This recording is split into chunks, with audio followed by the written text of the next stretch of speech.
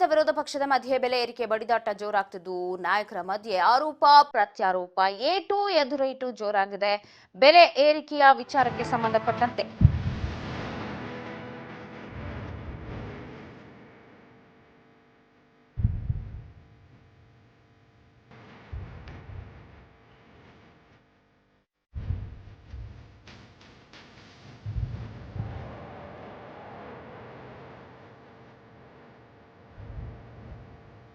ಆಡಳಿತ ವಿಪಕ್ಷದ ನಡುವೆ ಜನಾಕ್ರೋಶ, ಸಾಕಪ್ಪ ಸಾಕು ಕಾಂಗ್ರೆಸ್ ಅನ್ನೋದು ಇವೆಲ್ಲವೂ ಹೆಚ್ಚಾಗ್ತಾ ಇದೆ. ಒಂದು ಕಡೆ ದಳ ನಾಯಕರು ಸಾಕಪ್ಪ ಸಾಕು ಅಂತ ಹೋದ್ರೆ ಕಾಂಗ್ರೆಸ್ ಕೂಡ ಅವರಿಬ್ಬರಿಗೂ ಪೈಪೋಟಿ ಕೊಡೋದಕ್ಕೆ, ಟಕ್ಕರ್ ಕೊಡೋದಕ್ಕೆ ಮುಂದಾಗಿದೆ. ಆಡಳಿತ ವಿರೋಧ ಪಕ್ಷದ ನಡುವೆ ಬೆಲೆ ಏರಿಕೆಯ ಕಿಚ್ಚು.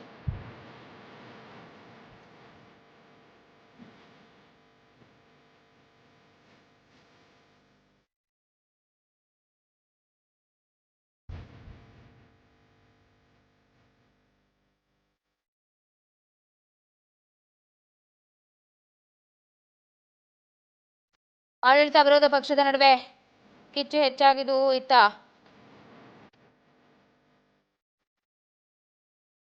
ಸರ್ಕಾರ ಕೂಡ ಅವರಿಗೆ ಟಕ್ಕರ್ ಕೊಡೋಕೆ ಮುಂದಾಗ್ತಾ ಇದೆ.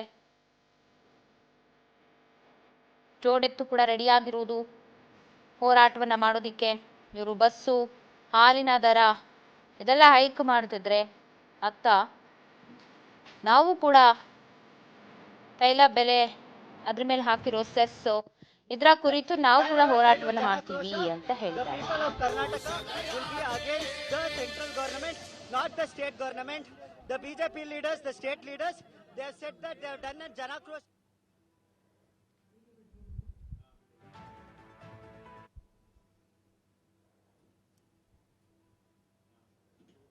ಅದಕ್ಕೆ ಹೊರಟ್ಬಿಟ್ಟಿದ್ದಾರೆ ಈಗ. ಸೊ ರೈತನ 2 ರೂಪಾಯೋ 4 ರೂಪಾಯಿ ರೈತನಿಗೆ ಸಿಗ್ತಾ ಇದೆ ಅಂತ ಹೇಳಿದ್ರೆ ಅದನ್ನು ತಡ್ಕೊಳಕ್ಕೆ ಆಗಲಿಲ್ಲ.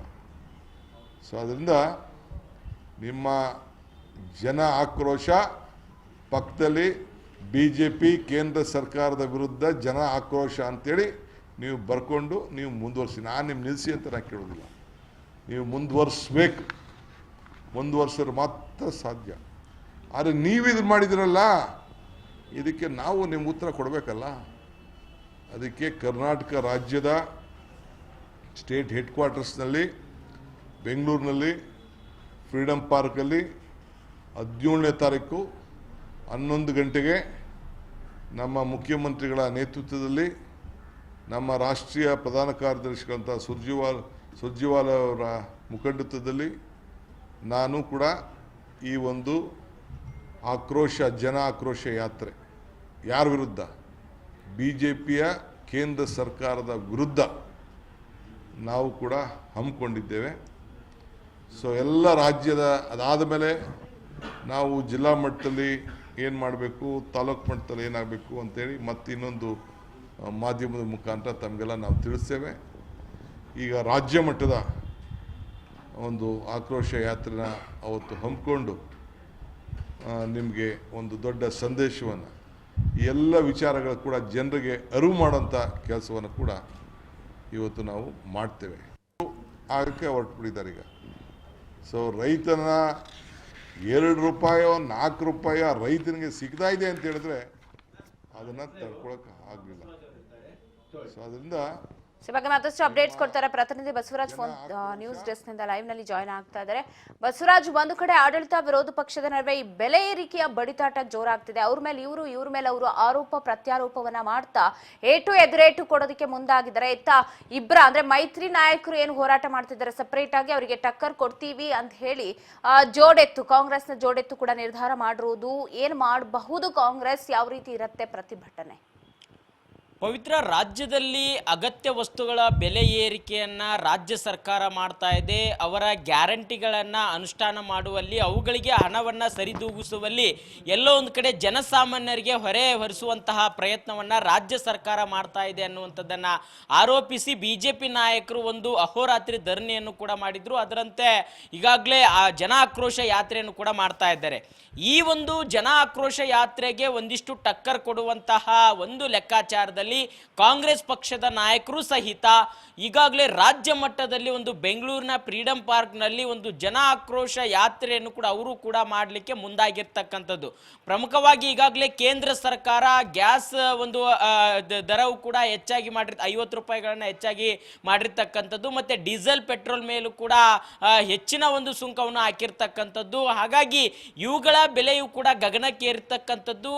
ಈ ಒಂದು ನಿಟ್ಟಿನಲ್ಲಿ ರಾಜ್ಯ ಬಿಜೆಪಿ ನಾಯಕರು ಏನು ನಮ್ಮ ರಾಜ್ಯ ಸರ್ಕಾರ ವಿರುದ್ಧ ಏನು ಹೋರಾಟ ಮಾಡ್ತಾ ಇದ್ದಾರೆ, ಮೊದಲು ಕೇಂದ್ರ ಸರ್ಕಾರದ ವಿರುದ್ಧ ಹೋರಾಟ ಮಾಡಲಿ. ಅವರು ಇದಕ್ಕೆಲ್ಲದಕ್ಕೂ ಬೆಲೆ ಏನು ಏರಿಕೆ ಆಗಿದೆ, ಇದಕ್ಕೆ ಮೂಲ ಕಾರಣ ಕೇಂದ್ರ ಬಿಜೆಪಿ ಸರ್ಕಾರ ಅನ್ನುವಂಥದ್ದು ಪ್ರಮುಖವಾಗಿ ಆರೋಪಿಸಿರ್ತಕ್ಕಂಥದ್ದು. ಹಾಗಾಗಿ ನಿನ್ನೆ ತಾನೇ ಸುದ್ದಿಗೋಷ್ಠಿಯನ್ನು ನಡೆಸಿರ್ತಕ್ಕಂಥ DCM DK ಶಿವಕುಮಾರ್ ಮತ್ತು KPCC ಅಧ್ಯಕ್ಷರಾಗಿರ್ತಕ್ಕಂಥವರು ಒಂದಿಷ್ಟು ಮಾಹಿತಿಯನ್ನು ಕೂಡ ನೀಡಿದ್ರು. ಇದೇ ಏಪ್ರಿಲ್ 17ರಂದು ಒಂದು ಬೃಹತ್ ಮಟ್ಟದ ಪ್ರತಿಭಟನೆ ಜನ ಆಕ್ರೋಶ ಯಾತ್ರೆಯನ್ನು ಕೂಡ ನಾವು ಕೂಡ ಮಾಡಲಿದ್ದೇವೆ ಅನ್ನುವಂಥ ಮಾಹಿತಿ ಕೂಡ ತಿಳಿಸಿರ್ತಕ್ಕಂಥದ್ದು. ಈಗಾಗಲೇ ರಾಜ್ಯ ಕಾಂಗ್ರೆಸ್ನ ಉಸ್ತುವಾರಿ ಆಗಿರ್ತಕ್ಕಂಥ ರಣದೀಪ್ ಸಿಂಗ್ ಸುರ್ಜೇವಾಲಾ ಅವರ ನೇತೃತ್ವದಲ್ಲಿ ಬೆಂಗಳೂರಿನ ಫ್ರೀಡಂ ಪಾರ್ಕ್ನಲ್ಲಿ ದೊಡ್ಡ ಮಟ್ಟದಲ್ಲಿ ಒಂದು ಪ್ರತಿಭಟನಾ ಯಾತ್ರೆಯನ್ನು ಕೂಡ ಮಾಡಲಿಕ್ಕೆ ಮುಂದಾಗಿರ್ತಕ್ಕಂಥದ್ದು. ಅದರಲ್ಲಿ ಪ್ರಮುಖವಾಗಿ DK ಶಿವಕುಮಾರ್ ಅವರು, CM ಸಿದ್ದರಾಮಯ್ಯವರು ಮತ್ತು ಸಚಿವರು, ಶಾಸಕರು ಮತ್ತು KPCCಯ ಪದಾಧಿಕಾರಿಗಳು ಎಲ್ಲ ಕಾರ್ಯಕರ್ತರು ಕೂಡ ಅದರಲ್ಲಿ ಭಾಗವಹಿಸಿ ಕೇಂದ್ರ ಸರ್ಕಾರದ ಬೆಲೆ ಏರಿಕೆ ವಿರುದ್ಧವಾಗಿ ನಾವು ಜನರಿಗೆ ತಿಳಿಪಡಿಸುವಂತ ಪ್ರಯತ್ನ ಮಾಡೋಣ ಅನ್ನುವಂತಹ ಒಂದಿಷ್ಟು ಕರೆಯನ್ನು ಕೂಡ DK ಶಿವಕುಮಾರ್ ಅವರು ನಿನ್ನೆ ಕೊಟ್ಟಿರ್ತಕ್ಕಂಥದ್ದು. ಅದರಂತೆ ರಾಜ್ಯ ಮಟ್ಟದಲ್ಲಿ ಇದೀಗ ಮಾಡಿ ಮುಂದಿನ ದಿನಗಳಲ್ಲಿ ತಾಲೂಕಾ ಮತ್ತು ಜಿಲ್ಲಾ ಕೇಂದ್ರಗಳಲ್ಲಿ ಕೂಡ ಈ ಹೋರಾಟವನ್ನು ಮಾಡುವ ಮುಖಾಂತರ ಕೇಂದ್ರ ಸರ್ಕಾರದ ಬೆಲೆ ಏರಿಕೆಯನ್ನ ಜನರಿಗೆ ತಿಳಿಪಡಿಸುವಂತ ಪ್ರಯತ್ನ ಮಾಡೋಣ. ಈಗ ನಾವು ರೈತರಿಗೋಸ್ಕರ ಹಾಲಿನ ದರವನ್ನ ಏರಿಕೆ ಮಾಡಿದ್ದೇವೆ. ಇದು ಬಿಜೆಪಿ ಅವರು ರೈತರ ವಿರೋಧಿಯಾಗಿರ್ತಕ್ಕಂಥವ್ರು, ರೈತರ ವಿರೋಧಿಯಾಗಿ ಈ ಯಾತ್ರೆಯನ್ನ ಮಾಡ್ತಾ ಇದ್ದಾರೆ. ಕೇಂದ್ರ ಸರ್ಕಾರದ ವಿರುದ್ಧವಾಗಿ ಯಾತ್ರೆ ಮಾಡಲಿ, ನಮ್ಮ ವಿರುದ್ಧ ಮಾಡಲಿಕ್ಕೆ ಅವರಿಗೆ ಯಾವುದೇ ವಿಚಾರ ಇಲ್ಲ ಅನ್ನುವಂಥದ್ದನ್ನ DK ಶಿವಕುಮಾರ್ ಅವರು ಹೇಳಿರ್ತಕ್ಕಂಥದ್ದು. ಯಾಕಂತಂದ್ರೆ ಒಂದ್ ಕಡೆ ಈಗ ನಾವು ಹಾಲಿನ ದರ 4 ರೂಪಾಯಿ ಏರಿಕೆ ಮಾಡಿದ್ದೀವಿ, ಅದು ರೈತರಿಗೆ ನೇರವಾಗಿ ಹೋಗುತ್ತೆ. ಹಾಗಾದ್ರೆ ಆ ಒಂದು ಏನು ಈಗಾಗಲೇ ಡೈರಿಗಳನ್ನ ಇಟ್ಕೊಂಡಿದ್ದಾರೆ, ಜಾನುವಾರುಗಳನ್ನ ಸಾಕ್ತಾ ಇದ್ದಾರೆ, ಅವ್ರಿಗೆ ಈ ಬೂಸಾಗಳು ಇವೆಲ್ಲ ಹಿಂಡಿ ಇವನ್ನೆಲ್ಲವೂ ಕೂಡ ಕೇಂದ್ರ ಸರ್ಕಾರ ಬೆಲೆಯನ್ನು ಹೆಚ್ಚಿಗೆ ಮಾಡಿದೆ, ಅವುಗಳ ಬೆಲೆ ಕಡಿಮೆ ಮಾಡಲಿ ನೋಡೋಣ ಅನ್ನುವಂತಹ ಸವಾಲನ್ನು ಕೂಡ DK ಶಿವಕುಮಾರ್ ಅವರು ಬಿಜೆಪಿ ನಾಯಕರಿಗೆ ಹಾಕಿರ್ತಕ್ಕಂಥದ್ದು. ಹಾಗಾಗಿ ಇದೀಗ ಅದೊಂದೇ ಅಲ್ಲ, ಹಲವಾರು ಉಪಕರಣಗಳ ಒಂದಿಷ್ಟು ಬೆಲೆ ಕೂಡ 2014ರಲ್ಲಿ ಎಷ್ಟಿತ್ತು, ಈಗ 2025ರಲ್ಲಿ ಎಷ್ಟಿತ್ತು. ಈಗ ಒಂದ್ ಕಡೆ ಬಂಗಾರದ ಆಭರಣಗಳು ಆಗಿರ್ಬೋದು, ಮತ್ತೆ ಸಾಕಷ್ಟು ಏನು AC ಆಗಿರ್ಬೋದು, ಇಂಥ ಯಂತ್ರೋಪಕರಣಗಳಾಗಿರ್ಬೋದು, ಮೊಬೈಲ್ ಫೋನ್, ಇವೆಲ್ಲವೂ ಕೂಡ ಸಾಕಷ್ಟು ಏನು ವಸ್ತುಗಳೇನಿದೆ ಇವೆಲ್ಲ ಬೆಲೆಗಳು ಕೂಡ 2014ರಲ್ಲಿ ಇರ್ತಕ್ಕಂಥ ಬೆಲೆ ಈ ಇದ್ದಿದ್ದೇ ಬೇರೆ, 2025ಕ್ಕೆ ಈಗ ಬಿಜೆಪಿ ಸರ್ಕಾರ ಬಂದ ಮೇಲೆ ಇರ್ತಕ್ಕಂಥ ಬೆಲೆ ಬೇರೆ. ಹಾಗಾಗಿ ಇವೆಲ್ಲ ಬೆಲೆಗಳನ್ನು ಕೂಡ ನಾವು ಜನರ ಮುಂದೆ ಇಡ್ತೇವೆ.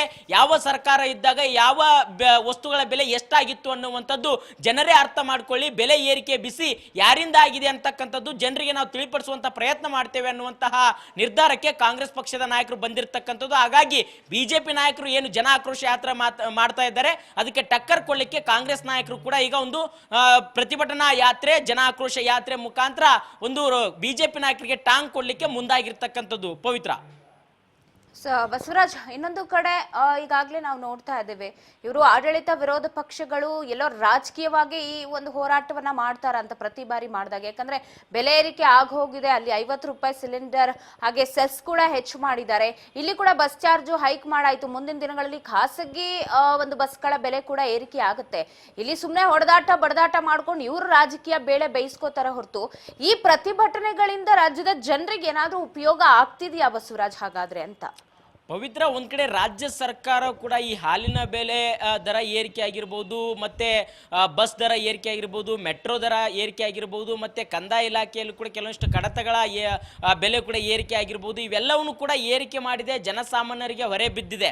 ಆದ್ರೆ ಇದನ್ನ ಈ ಒಂದು ಅಗತ್ಯ ವಸ್ತುಗಳ ಬೆಲೆಯನ್ನ ಏರಿಕೆ ಮಾಡ್ತಕ್ಕಂಥದಕ್ಕೆ ಅವ್ರದೇ ಆಗಿರ್ತಕ್ಕಂಥ ಒಂದಿಷ್ಟು ಸಬೂಬುಗಳನ್ನ ರಾಜ್ಯ ಸರ್ಕಾರದ ನಾಯಕರು ಹೇಳ್ತಾ ಇದ್ದಾರೆ.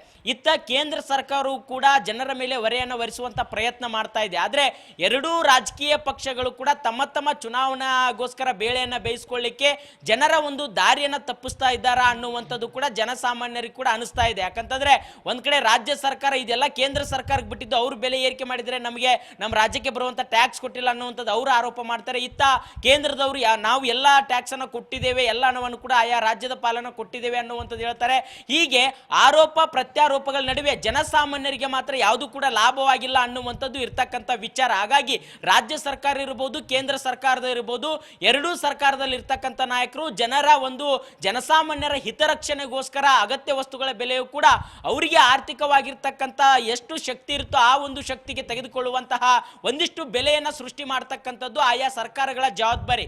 ಹಾಗಾಗಿ ಜನಸಾಮಾನ್ಯರ ಹಿತರಕ್ಷಣೆಗೆ ನಾವು ಸದಾ ಸಿದ್ಧರಿದ್ದೇವೆ ಅನ್ನುವಂತಹ ಘೋಷಣಾ ವ್ಯಾಖ್ಯೆಯೊಂದಿಗೆ ಚುನಾವಣೆ ಬಂದಂತಹ ಸಂದರ್ಭದಲ್ಲಿ ಬರ್ತಕ್ಕಂಥ ರಾಜಕೀಯ ಪಕ್ಷಗಳ ನಾಯಕರು ಅಧಿಕಾರ ಬಂದ ಮೇಲೆ ಈ ರೀತಿಯಾಗಿರ್ತಕ್ಕಂಥ ವರ್ತನೆ ಸರಿಯಲ್ಲ ಅನ್ನುವಂಥ ಜನಸಾಮಾನ್ಯರು ಇರ್ತಕ್ಕಂಥ ಒಂದಿಷ್ಟು ಅಳಲು. ಪವಿತ್ರ, ಥ್ಯಾಂಕ್ ಯು ಬಸವರಾಜ್ ಮಾಹಿತಿಗಾಗಿ.